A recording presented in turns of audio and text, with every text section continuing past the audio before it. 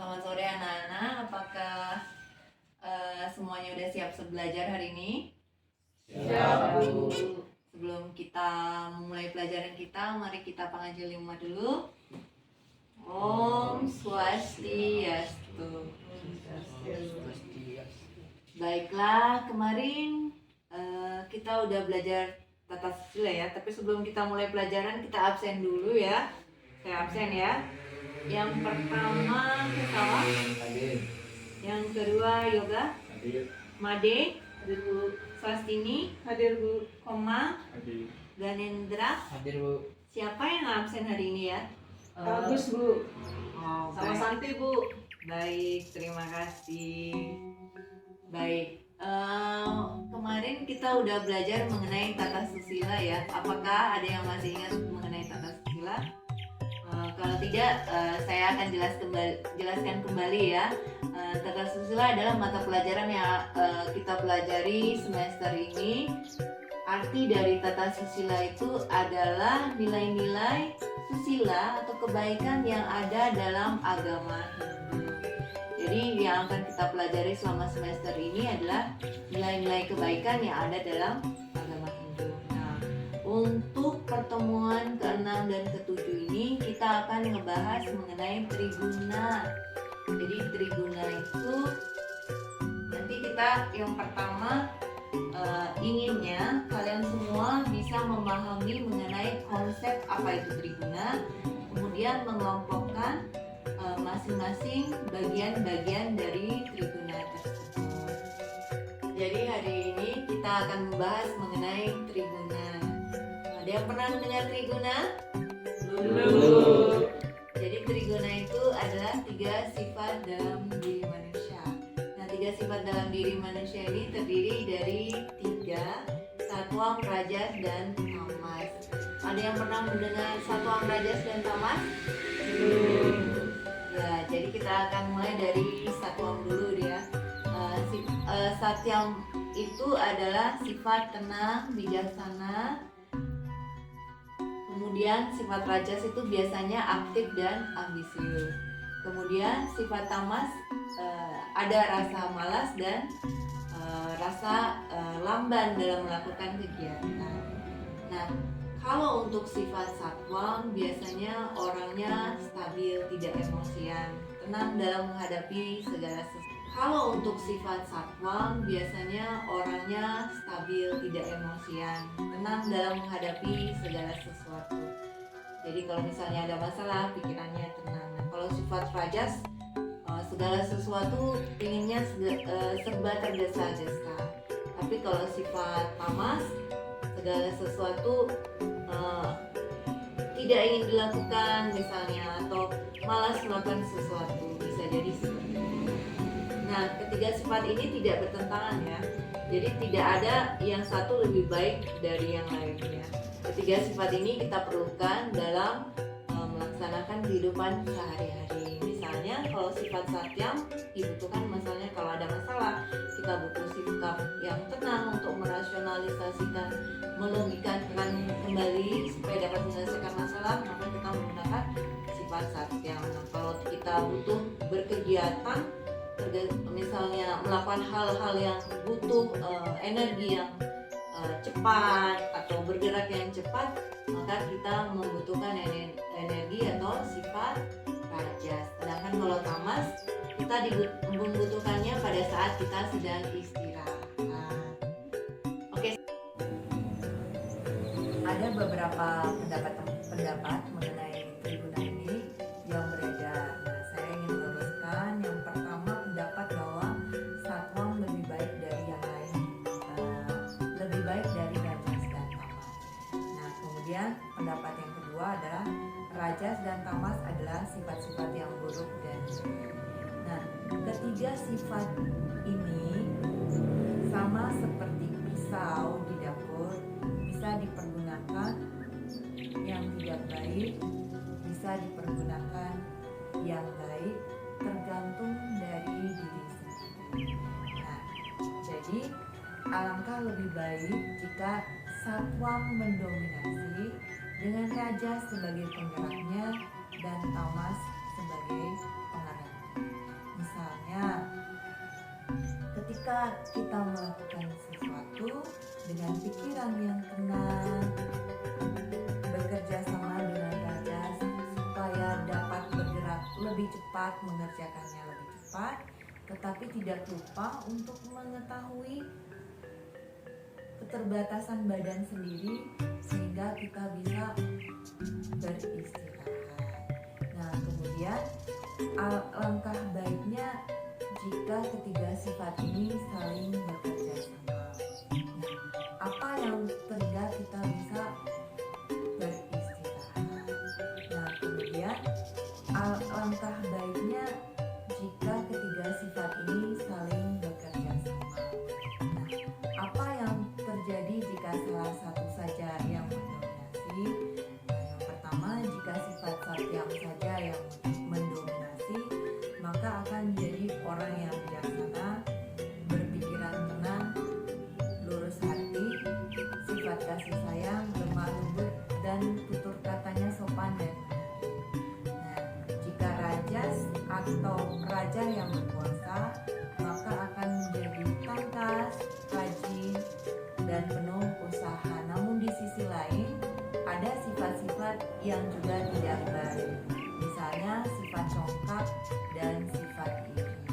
Jika tamas yang mendominasi, maka orang itu akan menjadi lambat, malas dan bodoh, dan sering berbohong. Salah satu sifat yang lain misalnya adalah doyan makan dan mengumbar hawa nafsu. Jadi ketiga sifat ini bekerja sama dengan kekuatan masing-masing. Sekarang kita akan menyaksikan video, terus nanti kalian bahas. Sebenarnya kegiatan ini adalah bagian dari Triguna. Nanti kalian kelompokkan yang mana yang Satwam, Rajas, dan Tamas. Kemudian bahas kenapa itu adalah Satwam, Rajas, dan Tamas. Nah, kita nonton dulu ya.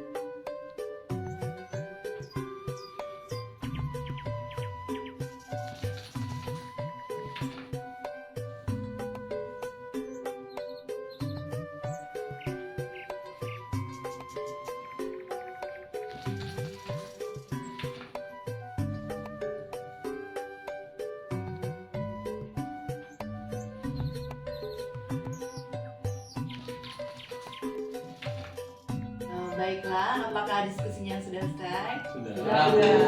Apakah sudah siap mengungkapkan pendapat? Sudah. Baiklah, mari saya dengarkan siapa yang dulu akan pendapat. Ya, Bu. Baik, saat ini silakan. Di sini saya ingin mengungkapkan pendapat tentang guna tamas. Guna tamas ini biasanya terjadi pada saat kita tidur. di mana pada saat tidur merupakan bagian dari guna tamas karena guna tamas bersifat lambat dan malas. Sifat ini dibutuhkan saat kita istirahat. Iya, bagus banget. Selanjutnya siapa yang mau menjelaskan? Saya Baik, Yoga, silakan. pada saat bangun dan beraktivitas merupakan bagian dari rajas.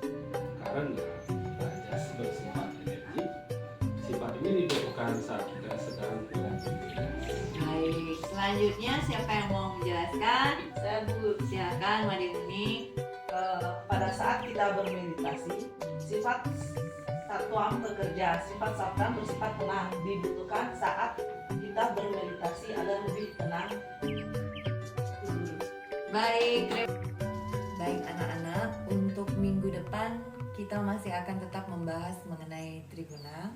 Saya akan memberikan 5 tugas. Nah, tugas yang pertama adalah saya akan memberikan beberapa video dan kalian analisis dengan menggunakan konsep triguna. Pilih yang mana merupakan bagian dari satwam, yang mana merupakan bagian dari rajas, dan yang merupakan bagian dari rajas, dan yang mana merupakan bagian dari tamas.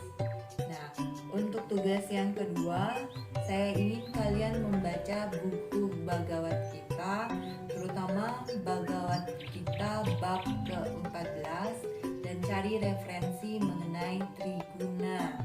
Nah, untuk tugas ketiga, baca satu jurnal mengenai triguna, kemudian buat rangkumannya.